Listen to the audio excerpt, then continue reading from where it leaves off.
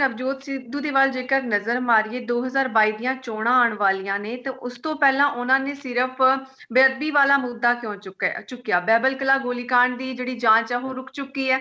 ਨਾ ਤਾਂ ਉਹਨਾਂ ਨੇ ਸੈਂਡ ਮਾਫੀਆ ਦੀ ਗੱਲ ਕੀਤੀ, ਨਾ ਹੀ ਲੈਂਡ ਮਾਫੀਆ ਦੀ ਗੱਲ ਕੀਤੀ ਹੈ ਤੇ ਨਾ ਹੀ ਉਹਨਾਂ ਦੇ ਵੱਲੋਂ ਜਿਹੜੀ ਨਕਲੀ ਸ਼ਰਾਬ ਦੇ ਨਾਲ ਮਰੇ ਲੋਕ ਸੀ ਉਹਨਾਂ ਬਾਰੇ ਗੱਲ ਕੀਤੀ ਗਈ ਹੈ। ਸਿਰਫ ਉਹਨਾਂ ਨੇ ਇੱਕੋ ਮੁੱਦਾ ਕਿਉਂ ਚੁੱਕਿਆ? ਕੀ ਸਿਰਫ ਉਹ ਸੈਂਟੀਮੈਂਟਸ ਦੇ ਨਾਲ, ਭਾਵਨਾਵਾਂ ਦੇ ਨਾਲ ਖੇਡਣ ਦੀ ਕੋਸ਼ਿਸ਼ ਕਰ ਰਹੇ ਨੇ ਜਾਂ ਫਿਰ ਉਹ ਕੀ ਕਰਨਾ ਚਾਹ ਰਹੇ ਨੇ? ਇਸ ਦੇ ਪਿੱਛੇ ਕੀ ਤਰਕ ਹੈ ਉਹਨਾਂ ਦਾ? ਦੇਖੋ, ਜਿਹੜਾ ਤੁਸੀਂ ਜੇਕਰ ਜਿਹੜਾ ਬੰਦਾ ਰਾਜਨੀਤੀ ਵਿੱਚ ਜਾਂਦਾ ਹੈ ਉਹ ਮੁੱਦਿਆਂ ਦੀ ਪਛਾਣ ਕਰਦਾ ਹੈ, ਔਰ ਇਸ ਗੱਲ ਦੇ ਵਿੱਚ ਸਿੱਧੂ ਦਾ ਕੋਈ ਸਾਨੀ ਨਹੀਂ ਹੈ।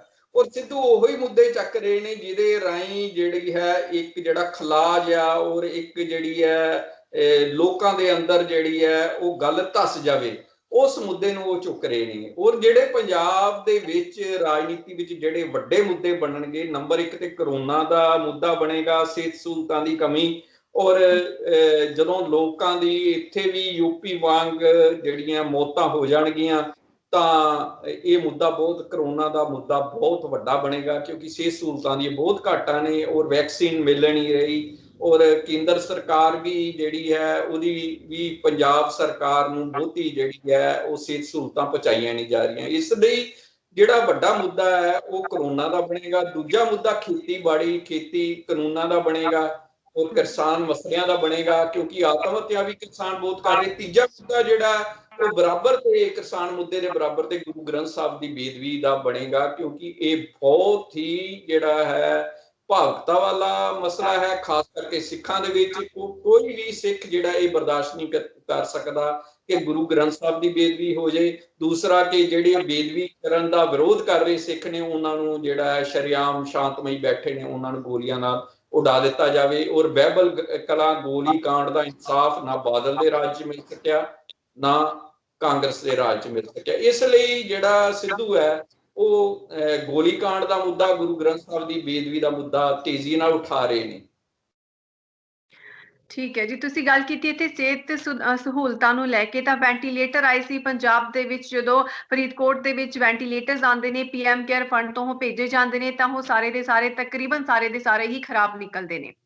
ਔਰ ਉੱਥੇ ਦੇ ਚਾਂਸਲਰ ਦਾ ਇਹੀ ਕਹਿਣਾ ਹੁੰਦਾ ਹੈ ਕਿ ਇਹ ਘਟੀਆ ਕਿਸਮ ਦੇ ਵੈਂਟੀਲੇਟਰਸ ਨੇ, ਨਾ ਉਹਨਾਂ ਦੇ ਕੋਲ ਉਸਨੂੰ ਠੀਕ ਕਰਨ ਦੇ ਲਈ ਕੋਈ ਵਿਅਕਤੀ ਆਉਂਦਾ ਹੈ। ਹਾਲਾਂਕਿ ਉੱਥੇ ਪਹਿਲਾਂ ਤੋਂ ਹੀ 500 ਬੈੱਡਾਂ ਵਾਲਾ ਹਸਪਤਾਲ ਵੱਡਾ ਚੱਲ ਰਿਹਾ, ਪਰ ਫਿਰ ਵੀ ਉਹਨਾਂ ਦੇ ਕੋਲ ਕੋਈ ਅਜਿਹਾ ਵਿਅਕਤੀ ਨਹੀਂ ਆਉਂਦਾ ਜੋ ਉਹਨਾਂ ਵੈਂਟੀਲੇਟਰਸ ਨੂੰ ਠੀਕ ਕਰ ਸਕੇ, ਚਲਾਉਣ ਦੀ ਵਿਧੀ ਦੱਸ ਸਕੇ।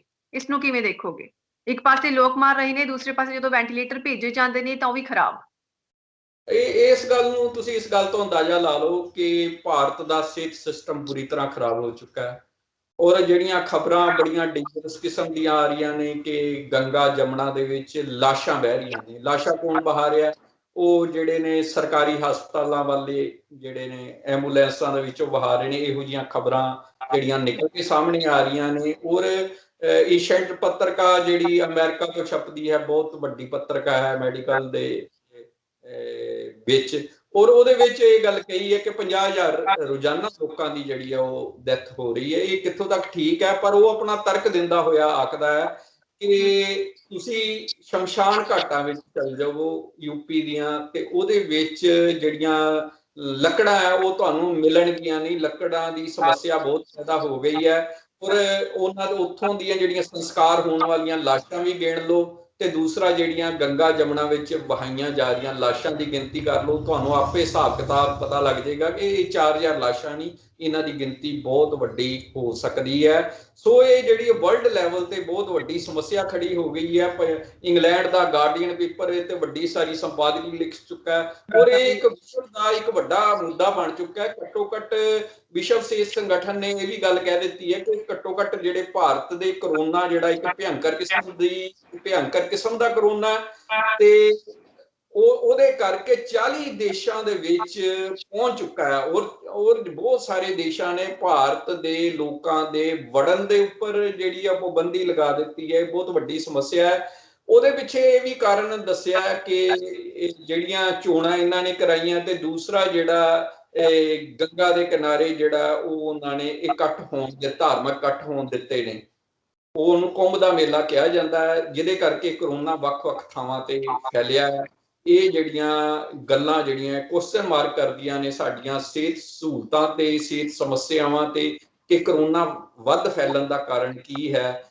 ਸੋ ਇਸ ਬਾਰੇ ਜਿਹੜਾ ਚਿੰਤਤ ਹੋਣਾ ਚਾਹੀਦਾ ਹੈ। ਉਹ ਵੱਡੀ ਗੱਲ ਹੈ ਕਿ ਸਾਨੂੰ ਇਸ ਜਿਹੜੀ ਆ ਮੋਦੀ ਸਰਕਾਰ ਹੈ ਉਹਨਾਂ ਨੂੰ ਇਹ ਗੱਲ ਚਾਹੀਦੀ ਹੈ ਕਿ ਜੋ ਕੁਝ ਵਾਪਰ ਰਿਹਾ ਹੈ, ਜੋ ਕੁਝ ਸਮੱਸਿਆ ਪੈਦਾ ਹੋ ਰਹੀਆਂ, ਉਹਨਾਂ ਉੱਤੇ ਜਿਹੜੀ ਉਹ ਸਾਰੀ ਬਹਿਸ ਹੋਣ ਦਿੱਤੀ ਜਾਵੇ, ਪਰ ਨਾਲ ਉਹਦਾ ਜਿਹੜਾ ਇੰਤਜ਼ਾਮ ਵੀ ਕੀਤਾ ਜਾਵੇ ਕਿ ਅਸੀਂ ਇਸ ਨੂੰ ਰੋਕਣਾ ਕਿਵੇਂ ਹੈ, ਅਸੀਂ ਮੈਡੀਕਲ ਸਹੂਲਤਾਂ ਕਿਵੇਂ ਦੇਣੀਆਂ ਨੇ। ਪਰ ਜੋ ਕੁਝ ਪੰਜਾਬ ਦੇ ਨਾਲ ਜੋ ਵਿਤਕਰਾ ਹੋ ਰਿਹਾ ਕਿ ਜੋ ਕੁਝ ਖਰਾਬ ਭੇਜਿਆ ਜਾ ਰਿਹਾ, ਇਹਦੇ ਪਿੱਛੇ ਕਿਤੇ ਨਾ ਕਿਤੇ ਭ੍ਰਿਸ਼ਟ ਤਾਕਤਾਂ ਜਿਹੜੀਆਂ ਦਫ਼ਤਰੀ ਭ੍ਰਿਸ਼ਟ ਤਾਕਤਾਂ ਮੌਜੂਦ ਨੇ, ਜਿਸ ਨੂੰ ਪ੍ਰਸ਼ਾਸਨਿਕ ਅਸੀਂ ਭ੍ਰਿਸ਼ਟਾਚਾਰ ਕਹਿ ਸਕਦੇ ਹਾਂ।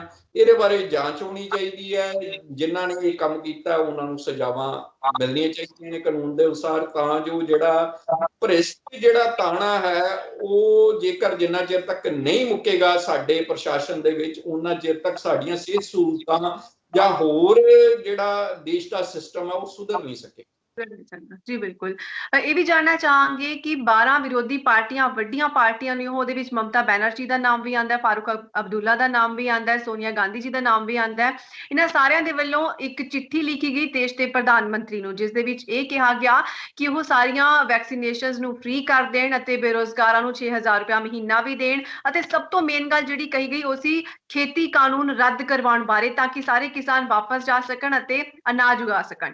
ਕੀ ਤੁਹਾਨੂੰ ਲੱਗਦਾ ਹੈ ਕਿ ਬੀਜੇਪੀ ਪਾਰਟੀ ਤੇ 12 ਵਿਰੋਧੀ ਪਾਰਟੀਆਂ ਵੱਡੀਆਂ ਪਾਰਟੀਆਂ ਜਦੋਂ ਚਿੱਠੀਆਂ ਲਿਖਦੀਆਂ ਨੇ ਤਾਂ ਇਸ ਗੱਲ ਦਾ ਦਬਾਅ ਬੀਜੇਪੀ ਤੇ ਪਵੇਗਾ ਤੇ ਹੁਣ ਖੇਤੀ ਕਾਨੂੰਨ ਨੂੰ ਲੈ ਕੇ ਇੱਕ ਵਾਰ ਫਿਰ ਤੋਂ ਸੋਚ ਵਿਚਾਰ ਕਰੇਗੀ ਸਰਕਾਰ? ਕਿਉਂਕਿ 11 ਮੀਟਿੰਗਾਂ ਜ਼ਰੂਰ ਹੋਈਆਂ ਸੀ ਵੱਡੇ ਮੰਤਰੀਆਂ ਦੇ ਨਾਲ, ਕਿਸਾਨ ਆਗੂਆਂ ਦੀਆਂ, ਪਰ ਹੱਲ ਨਹੀਂ ਨਿਕਲਿਆ। ਦੇਖੋ, ਜਿਹੜਾ ਹੁਣ ਇੱਕ ਵਰਲਡ ਲੈਵਲ ਦੀ ਇੱਕ ਰਿਪੋਰਟ ਵੀ ਆ ਰਹੀ ਹੈ ਕਿ 18% ਲਗਭਗ ਜਿਹੜਾ ਉਹ ਮੋਦੀ ਦਾ ਗ੍ਰਾਫ ਘਟ ਰਿਹਾ। ਇਸ ਦੇ ਬਾਵਜੂਦ ਮੋਦੀ ਇਸ ਸਮੇਂ ਤਾਕਤਵਰ ਹੈ ਔਰ ਉਹ ਨਹੀਂ ਚਾਹੇਗਾ ਕਿ ਆਪਣੇ ਵਿਰੋਧੀਆਂ ਨੂੰ ਸਿਰ ਚੱਕਣ ਦੇ। ਇਹ ਸਾਰੀ ਗੱਲ ਜਿਹੜੀ ਹੈ ਸਿਆਸਤ ਦੇ ਅਧੀਨ ਹੋ ਰਹੀ ਹੈ। ਉਹ ਮੋਦੀ ਦੇ ਬਰਾਬਰ ਤੇ ਆਪਣਾ ਆਧਾਰ ਖੜਾ ਕਰਨਾ ਚਾਹੁੰਦੇ ਨੇ। ਔਰ ਮਮਤਾ ਬੈਨਰਜੀ ਸਭ ਤੋਂ ਅੱਗੇ ਵੱਧ ਗਏ ਇਸ ਲਈ ਹੈ ਕਿਉਂਕਿ ਉਹਨੂੰ ਵੱਡੀ ਜਿੱਤ ਜਿਹੜੀ ਹੈ ਬੰਗਾਲ ਦੇ ਵਿੱਚ ਪੈਦਾ ਹੋਈ ਹੈ। ਉਹਨੇ ਪਹਿਲਾਂ ਹੀ ਕਹਿ ਦਿੱਤਾ ਸੀ ਕਿ ਮੈਂ ਜਿੱਤਣ ਤੋਂ ਬਾਅਦ ਜਿਹੜੀ ਦਿੱਲੀ ਜਿਹੜੀ ਉਹ ਸਿੱਧਾ ਪਹੁੰਚਾਂਗੀ ਤੇ ਲੋਕਾਂ ਦਾ ਸੰਘਰਸ਼ ਜਿਹੜਾ ਮੈਂ ਉਹ ਪੈਦਾ ਕਰਾਂਗੀ। ਸੋ ਇਹ ਜਿਹੜੀ ਹਾਰ ਚੁੱਕੇ ਸੀ, ਨੰਦੀਗ੍ਰਾਮ ਤੋਂ ਹਾਰ ਚੁੱਕੇ ਨੇ ਉਹ।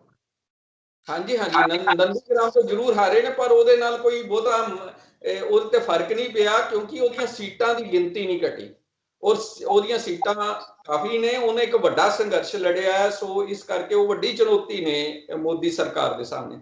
ਦੂਸਰੀ ਵੱਡੀ ਚੁਣੌਤੀ ਜਿਹੜੀ ਹੈ ਕਿਸਾਨਾਂ ਦੀ ਹੈ। ਕਿਸਾਨਾਂ ਦੇ ਉੱਪਰ ਜਿਹੜਾ ਸਭ ਤੋਂ ਵੱਡਾ ਭਾਰੂ ਅੰਸ਼ ਹੈ ਉਹ ਕਮਿਊਨਿਸਟਾਂ ਦਾ ਹੈ ਔਰ ਜਿਹੜੇ ਕਮਿਊਨਿਸਟ ਨੇ ਉਹ ਮੋਦੀ ਦੇ ਸਾਹਮਣੇ ਵੱਡੀ ਚੁਣੌਤੀ ਨੇ। ਔਰ ਜਿਹੜੇ ਭਗਵੇਵਾਦੀਆਂ ਨੇ ਔਰ ਭਾਜਪਾ ਵਾਲਿਆਂ ਨੇ, RSS ਵਾਲਿਆਂ ਨੇ ਜਾਂ ABVP ਜਾਂ AV ਵਾਲਿਆਂ ਨੇ JNU ਦੇ ਵਿੱਚ ਕਬਜ਼ਾ ਕਰ ਲਿਆ ਔਰ ਬਹੁਤ ਸਾਰੀਆਂ ਮਤਲਬ ਕਿ ਇੰਸਟੀਟਿਊਸ਼ਨਸ ਨੇ ਜਿਹੜੀਆਂ ਵਿਦਿਅਕ ਨੇ ਉਹਨਾਂ ਤੇ ਵੀ ਕਬਜ਼ਾ ਕੀਤਾ ਹੋਇਆ ਤਾਂ ਜੋ ਇੱਥੇ ਦਾ ਅੱਡਾ ਨਾ ਬਣਨ ਦਿੱਤਾ ਜਾਵੇ। ਔਰ ਉਹ ਨਹੀਂ ਚਾਹਣਗੇ ਕਿ ਜੇਕਰ ਕਿਸਾਨਾਂ ਨੂੰ ਸਮਝੌਤਾ ਕੀਤਾ ਜਾਂਦਾ ਹੈ ਤਾਂ ਉਹਦੇ ਨਾਲ ਜਿਹੜੇ ਕਮਿਊਨਿਸਟਾਂ ਦਾ ਆਧਾਰ ਵਾ, ਇਸ ਗੱਲ ਤੋਂ ਮੋਦੀ ਸਰਕਾਰ ਵੀ ਡਰਦੀ ਹੈ। ਉਹ ਚਾਹੁੰਦੀ ਹੈ ਕਿ ਕਿਤੇ ਨਾ ਕਿਤੇ ਜਿਹੜਾ ਹੈ ਉਹ ਸਿੱਖਾਂ ਦੇ ਵਿੱਚੋਂ ਵੀ ਕੋਈ ਇਹੋ ਜਿਹੀ ਧਿਰ ਲੱਭ ਕੇ ਉਹਨਾਂ ਨਾਲ ਗੱਲਬਾਤ ਕਰ ਲਈ ਜਾਏ ਔਰ ਇਹਨਾਂ ਦੇ ਵਿੱਚੋਂ ਵੀ ਪਾੜ ਪਾ ਕੇ ਕੁਝ ਲੀਡਰ ਜਿਹੜੇ ਨੇ ਜਿਹੜੇ ਖੱਬੇ ਪੱਖੀ ਨਹੀਂ ਹਨ ਉਹਨਾਂ ਨਾਲ ਗੱਲਬਾਤ ਕਰਕੇ ਮਸਲਾ ਕਿਤੇ ਨਾ ਕਿਤੇ ਸੁਲਝਾਇਆ ਜਾਵੇ। ਉਹ ਕੋਸ਼ਿਸ਼ਾਂ ਵੀ ਲਗਾਤਾਰ ਇਸ ਗੱਲ ਬਾਰੇ ਜਿਹੜੀਆਂ ਕਨਸੋਆਂ ਜਿਹੜੀਆਂ ਨੇ ਉਹ ਮਿਲੀਆਂ ਹਨ। ਤਾਂ ਕੀ ਖੇਤੀ ਕਾਨੂੰਨ ਰੱਦ ਕਰਵਾਉਣ ਦਾ ਦਬਾਅ ਵਧੇਗਾ? ਕੀ ਖੇਤੀ ਕਾਨੂੰਨ ਰੱਦ ਹੋਣਗੇ ਜਾਂ ਫਿਰ ਇਹ ਅੰਦੋਲਨ ਇਸੇ ਤਰ੍ਹਾਂ ਹੀ ਚੱਲਦਾ ਰਹੇਗਾ? ਕਿਉਂਕਿ ਕਿਸਾਨ ਆਗੂਆਂ ਦੇ ਵੱਲੋਂ ਸਾਫ਼ ਤੌਰ ਤੇ ਕਿਹਾ ਗਿਆ ਕਿ ਅਸੀਂ ਵਾਪਸ ਨਹੀਂ ਆਵਾਂਗੇ ਜਦ ਤੱਕ ਇਹ ਤਿੰਨੋਂ ਖੇਤੀ ਕਾਨੂੰਨ ਰੱਦ ਨਹੀਂ ਹੁੰਦੇ। ਅਜੇ ਤੱਕ ਜਿਹੜਾ ਖੇਤੀ ਕਾਨੂੰਨਾਂ ਦਾ ਮਸਲਾ ਹੈ ਉਹ ਬਹੁਤ ਵੱਡਾ ਮੁੱਦਾ ਨਹੀਂ ਬਣਿਆ ਕਿਉਂਕਿ ਵੱਡਾ ਮੁੱਦਾ ਇਸ ਟਾਈਮ ਕਰੋਨਾ ਦਾ ਬਣ ਗਿਆ। ਕਿਉਂਕਿ ਇਹ ਗੱਲ ਸਮਝਣ ਵਾਲੀ ਹੈ, ਜਿਹੜਾ ਕਰੋਨਾ ਦਾ ਮੁੱਦਾ ਹੈ ਉਹਦੇ ਨਾਲ ਇਹ ਸਾਨੂੰ 6-7 ਮਹੀਨਿਆਂ ਚ ਪਤਾ ਲੱਗ ਜਾਣਾ ਕਿ ਸਾਡੇ ਕਿੰਨੇ ਲੋਕ ਬੇਰੁਜ਼ਗਾਰ ਹੋ ਗਏ ਨੇ ਔਰ ਕਿੰਨੇ ਵਪਾਰ ਬੰਦ ਹੋ ਗਏ ਨੇ। ਜਦੋਂ ਥੋੜਾ ਜਿਹਾ ਵੀ ਠੱਲ ਪੈਂਦੀ ਹੈ, ਦੁਕਾਨਾਂ ਖੁੱਲਣਗੀਆਂ ਪੂਰੀ ਤਰ੍ਹਾਂ, ਔਰ ਫਿਰ ਪਤਾ ਲੱਗੇਗਾ ਕਿ ਲੋਕਾਂ ਦੀ ਜੇਬ ਵਿੱਚ ਪੈਸਾ ਨਹੀਂ, ਲੋਕ ਕੀ ਖਰੀਦਣ ਕੀ ਨਾ ਖਰੀਦਣ। ਔਰ ਤੇਲ ਪੈਟਰੋਲ ਦੇ ਰੇਟ ਵੱਧ ਰਹੇ ਨੇ, ਔਰ ਲੋਕ ਜਿਹੜੇ ਮੀਡੀਅਮ ਕਲਾਸ ਫੈਮਲੀਜ਼ ਨੇ ਉਹ ਗਰੀਬ ਫੈਮਲੀਆਂ ਦੇ ਵਿੱਚ ਜਲਦੀ ਆ ਜਾਣਗੀਆਂ, ਕਿਉਂਕਿ ਪੈਟਰੋਲ ਤੇਲ ਦੇ ਵੀ ਰੇਟ ਵੱਧ ਕੇ ਮਹਿੰਗਾਈ ਦਾ ਜ਼ੋਰ ਪਾਇਆ ਜਾ ਰਿਹਾ ਹੈ। ਔਰ ਬੈਂਕਾਂ ਦੇ ਵਿੱਚ ਜਿਹੜੇ ਨੇ ਉਹ ਜਿਹੜੇ ਵਿਆਜ ਹੈ ਉਹ ਘਟਾਏ ਜਾ ਰਹੇ ਨੇ, ਜਿਹਦੇ ਕਰਕੇ ਲੋਕਾਂ ਦੇ ਜੇਬਾਂ ਤੇ ਬਹੁਤ ਵੱਡਾ ਜ਼ੋਰ ਪੈ ਚੁੱਕਾ, ਔਰ ਥਾਲੀ ਛੋਟੀ ਹੁੰਦੀ ਜਾ ਰਹੀ ਹੈ, ਔਰ ਭੁੱਖਮਰੀ ਦੀ ਵੀ ਸਮੱਸਿਆ ਪੈਦਾ ਹੋਣ ਦੀ ਸੰਭਾਵਨਾ ਹੈ ਜੇਕਰ ਕਿਸਾਨ ਇਦਾਂ ਹੀ ਜੂਝਦੇ ਰਹੇ। ਔਰ ਕਿਸਾਨਾਂ ਕੋਲ ਜੇਕਰ ਉਹਨਾਂ ਨੂੰ ਆਪਣਾ ਸਮਰਥਨ ਮੁੱਲ ਨਾ ਮਿਲਿਆ ਤਾਂ ਉਹ ਖੇਤੀਬਾੜੀ ਤੋਂ ਵੀ ਜਲਦੀ ਕਿਨਾਰਾ ਕਰ ਸਕਦੇ ਨੇ, ਜਿਹਦੇ ਕਰਕੇ ਬਹੁਤ ਔਖਾ ਹੋ ਜਾਏਗਾ। ਇਹ ਸਥਿਤੀਆਂ ਬਹੁਤ ਜਿਹੜੀ ਗੰਭੀਰ ਕਿਸਮ ਦੀਆਂ ਸਾਨੂੰ ਕਰੋਨਾ ਯੁੱਗ ਵਿੱਚ ਆਉਣ ਵਾਲੀਆਂ ਨੇ। ਇਹਦਾ ਹੱਲ ਜਿੰਨੀ ਜਲਦੀ ਸਰਕਾਰ ਕਰ ਲੇ ਉਨਾ ਵਧੀਆ ਹੋਵੇਗਾ। ਠੀਕ ਹੈ ਜੀ। ਆਪਾਂ ਕਿਸਾਨੀ ਅੰਦੋਲਨ ਦੀ ਗੱਲ ਕਰ ਰਹੇ ਹਾਂ ਤਾਂ ਕਿਸਾਨੀ ਅੰਦੋਲਨ ਦੇ ਵਿੱਚ ਇਸ ਸਮੇਂ ਜਿਹੜਾ ਇੱਕ ਸਭ ਤੋਂ ਵੱਡਾ ਮੁੱਦਾ ਬਣਿਆ ਹੋਇਆ ਉਹ ਪੱਛਮੀ ਬੰਗਾਲ ਦੀ ਉਸ ਲੜਕੀ ਦਾ ਹੈ ਜੋ ਕਿ ਟਿਕਰੀ ਬਾਰਡਰ ਤੇ ਆਈ ਸੀ ਅਤੇ ਇਹ ਇਲਜ਼ਾਮ ਲੱਗੇ ਨੇ ਉਸ ਤੋਂ ਬਾਅਦ ਕਿ ਉਸਦੇ ਨਾਲ ਛੇੜਖਾਨੀ ਕੀਤੀ ਗਈ ਸੀ। ਪਰ ਇਸ ਤੋਂ ਵੀ ਵੱਡਾ ਇਲਜ਼ਾਮ ਇਹ ਲੱਗ ਰਿਹਾ ਇਸ ਸਮੇਂ ਕਿ ਸਾਰੀ ਘਟਨਾ ਦੇ ਬਾਰੇ ਯੋਗੇਂਦਰ ਯਾਦਵ ਨੂੰ ਪਹਿਲਾਂ ਤੋਂ ਹੀ ਪਤਾ ਸੀ। ਇਸ ਨੂੰ ਕਿਵੇਂ ਦੇਖਦੇ ਹੋ? ਇਹਦੇ ਵਿੱਚ ਤੁਸੀਂ ਦੇਖੋ, ਯੋਗਿੰਦਰ ਯਾਦਵ ਆਪ ਦੱਸ ਸਕਦੇ ਨੇ ਵੀ ਉਹਨਾਂ ਦਾ ਕਿੰਨਾ ਕੁ ਕਸੂਰ ਹੈ, ਪਰ ਜਿਹੜੀ ਹਰਿਆਣਾ ਪੁਲਿਸ ਨੇ ਉਹਨੂੰ ਵੀ ਟਾਰਗੇਟ ਕੀਤਾ ਹੈ ਤੇ ਉਹਨੂੰ ਵੀ ਜਿਹੜਾ ਹੈ ਬੁਲਾਇਆ ਹੈ ਕਿ ਉਹ ਆਪਣੀ ਸਫਾਈ ਦੇਵੇ ਇਸ ਮਾਮਲੇ ਦੇ। ਔਰ ਜਿਹੜੀ ਸਭ ਤੋਂ ਜ਼ਿਆਦਾ ਉਹਦੇ ਤੇ ਜਿਹੜਾ ਸੋਸ਼ਲ ਮੀਡੀਆ ਦੇ ਵਿੱਚ ਜਿਹੜਾ ਅਟੈਕ ਹੋ ਰਿਹਾ ਹੈ ਉਹਦੇ ਵਿੱਚ ਇਹੀ ਗੱਲ ਕਹੀ ਜਾ ਰਹੀ ਹੈ ਕਿ ਉਸਨੇ ਇਹ ਮਸਲਾ ਸਾਹਮਣੇ ਨਹੀਂ ਆਉਣ ਦਿੱਤਾ ਔਰ ਦੇਰੀ ਕੀਤੀ ਹੈ। ਪਰ ਦੂਸਰੇ ਪਾਸੇ ਉਹਦੇ ਬਾਪ ਦਾ ਕਹਿਣਾ ਹੈ ਕਿ ਉਹਦੇ ਕੋਲ ਕੋਈ ਚਾਰਾ ਨਹੀਂ ਸੀਗਾ ਕਿ ਉਹ ਕਿਹਦੇ ਰਾਹੀਂ ਅੱਗੇ ਜਾਂਦਾ, ਜਿਹਦੇ ਕਰਕੇ ਉਹਦੇ ਵੱਲੋਂ ਵੀ ਦੇਰੀ ਹੋਈ ਹੈ। ਪਰ ਇਹਦੇ ਵਿੱਚ ਕਿਸਾਨ ਆਗੂ ਜਿਹੜੇ ਦੋਸ਼ੀ ਹਨ ਉਹਨੇ ਤੇ 2 ਬੰਦਿਆਂ ਦੇ ਨਾਂ ਲਏ ਨੇ, ਪਰ 6 ਦੋਸ਼ੀ ਕਿਵੇਂ ਹੋ ਗਏ ਜੀ ਇਸ ਤੇ ਵੀ ਜਿਹੜਾ ਕੁਐਸਚਨ ਮਾਰਕ ਕੀਤਾ ਜਾ ਰਿਹਾ। ਕਿਤੇ ਨਾ ਕਿਤੇ ਇਹਦੇ ਵਿੱਚ ਜਿਹੜੀ ਹਰਿਆਣਾ ਗਵਰਨਮੈਂਟ ਵੀ ਜਿਹੜੀ ਹੈ ਉਹ ਗਲਤ ਜਿਹੜੇ ਨੇ ਕਿਸਾਨਾਂ ਉੱਤੇ ਦੋਸ਼ ਲਗਾ ਰਹੀ ਹੈ। ਪਰ ਕਿਸਾਨਾਂ ਦਾ ਇਹ ਇੰਨਾ ਆਗੂਆਂ ਦਾ ਕਸੂਰ ਹੈ ਕਿ ਉਹਨਾਂ ਨੇ ਇਸ ਕੰਮ ਵਿੱਚ ਦੇਰੀ ਕੀਤੀ। ਜਦ ਉਹਨਾਂ ਨੂੰ ਪਤਾ ਲੱਗ ਗਿਆ ਸੀਗਾ ਵੀ ਇਹ ਕੁਝ ਵਾਪਰਿਆ ਤਾਂ ਸਿੱਧਾ ਜਿਹੜਾ ਹੈ ਉਹਨਾਂ ਨੂੰ ਦੋਸ਼ੀਆਂ ਨੂੰ ਜਿਹੜਾ ਹੈ ਪੁਲਿਸ ਦੇ ਹਵਾਲੇ ਕਰਨਾ ਚਾਹੀਦਾ ਸੀ, ਜਾਂ ਪੁਲਿਸ ਵਿੱਚ ਉਸਦੇ ਬਾਪ ਨੂੰ ਲੈ ਕੇ ਜਲਦ ਤੋਂ ਜਲਦ ਸ਼ਿਕਾਇਤ ਕਰਨੀ ਚਾਹੀਦੀ ਸੀ। ਚਾਹੇ ਉਹਦਾ ਬਾਪ ਮੰਨਦਾ ਸੀ ਨਾ ਮੰਨਦਾ ਸੀ, ਪਰ ਆਪਣੇ ਵੱਲੋਂ ਉਹਨਾਂ ਨੂੰ ਸ਼ਿਕਾਇਤ ਜ਼ਰੂਰ ਕਰ ਦੇਣੀ ਚਾਹੀਦੀ ਸੀ। ਜੀ ਬਿਲਕੁਲ। ਹਰਿਆਣਾ ਸਰਕਾਰ ਤੇ ਪਹਿਲਾਂ ਵੀ ਕਈ ਤਰ੍ਹਾਂ ਦੇ ਸਵਾਲ ਉੱਠਦੇ ਰਹੇ ਨੇ। ਜਿਸ ਸਮੇਂ ਪੰਜਾਬ ਤੋਂ ਵੀ ਸਾਰੇ ਕਿਸਾਨ ਜਾ ਰਹੇ ਸਨ ਤਾਂ ਉਹ ਹਰਿਆਣਾ ਸਰਕਾਰ ਹੀ ਸੀ ਜਿਸਨੇ ਕਿ ਬੁਰੀ ਤਰ੍ਹਾਂ ਦੇ ਨਾਲ ਰੋਕਣ ਦੀ ਕੋਸ਼ਿਸ਼ ਕੀਤੀ ਸੀ ਤੇ ਹੁਣ ਸ਼ਾਇਦ ਕਿਸਾਨੀ ਅੰਦੋਲਨ ਨੂੰ ਢਾਹ ਲਗਾਉਣ ਦੇ ਲਈ ਹੀ 2 ਦੀ ਬਜਾਏ 4 ਦੀ ਬਜਾਏ 6 ਨਾਮ ਨੂੰ ਨਾਮਜ਼ਦ ਕਰ ਲਿਆ ਗਿਆ। 6ਵਾਂ ਦੇ ਉੱਪਰ ਕਿਹਾ ਜਾ ਰਿਹਾ ਹੈ ਕਿ ਉਹ ਸਾਰੇ ਮੁਲਜ਼ਮ ਸਨ, ਕਥਿਤ ਦੋਸ਼ੀ ਪਾਏ ਜਾ ਰਹੇ ਨੇ।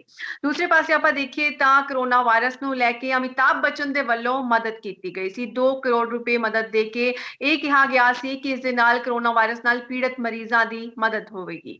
ਪਰ ਦਿੱਲੀ ਸਿੱਖ ਗੁਰਦੁਆਰਾ ਮੈਨੇਜਮੈਂਟ ਕਮੇਟੀ ਦੇ ਵੱਲੋਂ ਹਾਲਾਂਕਿ ਉਸ ਨੂੰ ਸਵੀਕਾਰ ਕੀਤਾ ਗਿਆ ਸੀ, ਸਿਰਸਾ ਦੇ ਵੱਲੋਂ ਧੰਨਵਾਦ ਵੀ ਕੀਤਾ ਗਿਆ ਸੀ, ਪਰ ਮਨਜੀਤ ਸਿੰਘ ਜੀਕੇ ਬਾਅਦ ਦੇ ਵਿੱਚ ਆ ਕੇ ਕਹਿੰਦੇ ਨੇ ਕਿ ਇਹ ਬਿਲਕੁਲ ਹੀ ਗਲਤ ਹੈ। ਉਹਨਾਂ ਦੇ ਵੱਲੋਂ ਜਦੋਂ ਅਮਿਤਾਭ ਬੱਚਨ ਦੇ ਵੱਲੋਂ ਕਿਹਾ ਗਿਆ ਸੀ ਖੂਨ ਕਾ ਬਦਲਾ ਖੂਨ, ਉਸ ਗੱਲ ਨੂੰ ਲੈ ਕੇ ਕਿਹਾ ਗਿਆ ਕਿ ਇਹ ਸਾਰੇ ਪੈਸੇ ਵਾਪਸ ਹੋ ਜਾਣੇ ਚਾਹੀਦੇ ਨੇ।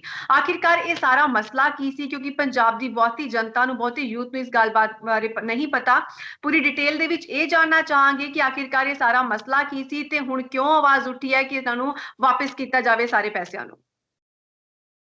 ਦੇਖੋ, ਉਹਦਾ ਕਿਤੇ ਨਾ ਕਿਤੇ ਅਮਿਤਾਭ ਬੱਚਨ ਤੇ ਉਸ ਸਮੇਂ ਦੋਸ਼ ਲੱਗੇ ਸਨ ਜਦੋਂ ਇੰਦਰਾ ਗਾਂਧੀ ਦਾ ਕਤਲ ਹੋਇਆ ਸੀਗਾ ਤੇ ਉਸ ਸਮੇਂ ਅਮਿਤਾਭ ਬੱਚਨ ਵੀ ਉੱਥੇ ਪਹੁੰਚੇ ਸਨ ਤੇ ਉਹਨਾਂ ਨਾਰਿਆਂ ਦੇ ਵਿੱਚ ਕਿਤੇ ਨਾ ਕਿਤੇ ਦੱਸਿਆ ਜਾਂਦਾ ਹੈ ਕਿ ਭੜਕਾਉਣ ਦੇ ਵਿੱਚ ਇਹਦਾ ਜਿਹੜਾ ਦੋਸ਼ ਲੱਗੇ ਨੇ ਅਮਿਤਾਭ ਬੱਚਨ ਤੇ। ਅਮਿਤਾਭ ਬੱਚਨ ਨੂੰ ਇਸ ਤੋਂ ਪਹਿਲਾਂ ਜਿਹੜਾ ਜਦੋਂ ਉਹ ਦਾਨ ਦੇ ਰਿਹਾ ਸਿੱਖਾਂ ਦੀਆਂ ਸੇਵਾਵਾਂ ਤੋਂ ਦੇਖ ਕੇ ਤਾਂ ਉਸਨੂੰ ਇਹ ਗੱਲ ਚਾਹੀਦੀ ਸੀ ਕਿ ਉਹ ਆਪਣਾ ਸਪਸ਼ਟੀਕਰਨ ਜ਼ਰੂਰ ਦਿੰਦਾ ਤੇ ਮਾਫੀ ਵੀ ਮੰਗ ਲੈਂਦਾ ਤਾਂ ਜੋ ਫਿਰ ਇਹੋ ਜਿਹੀ ਸਮੱਸਿਆ ਪੈਦਾ ਨਹੀਂ ਸੀ ਹੋਣੀ।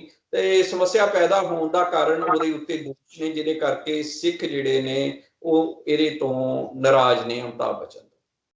ਪਰ ਕੀ ਇਸ ਤਰ੍ਹਾਂ ਦੇ ਨਾਲ ਹੁਣ ਪੈਸੇ ਵਾਪਸ ਕਰ ਦੇਣਾ ਤੇ ਉਹ ਸਹੂਲਤਾਂ ਜਿਸ ਸਮੇਂ ਬਹੁਤ ਜ਼ਿਆਦਾ ਜ਼ਰੂਰਤ ਹੈ, ਇੱਕ ਇੱਕ ਪੈਸੇ ਦੀ ਲੋੜ ਹੈ, ਕਿਉਂਕਿ ਸਰਕਾਰ ਉਨੀ ਮਦਦ ਨਹੀਂ ਕਰ ਪਾ ਰਹੀ ਜਿੰਨੀ ਕੀ ਕਰਨੀ ਚਾਹੀਦੀ ਸੀ, ਭਾਵੇਂ ਡਾਕਟਰਾਂ ਪੱਖੋਂ ਹੋਵੇ, ਸਿਹਤ ਸਹੂਲਤਾਂ ਪੱਖੋਂ ਹੋਵੇ, ਵੈਕਸੀਨੇਸ਼ਨ ਦੀ ਗੱਲ ਹੋਵੇ।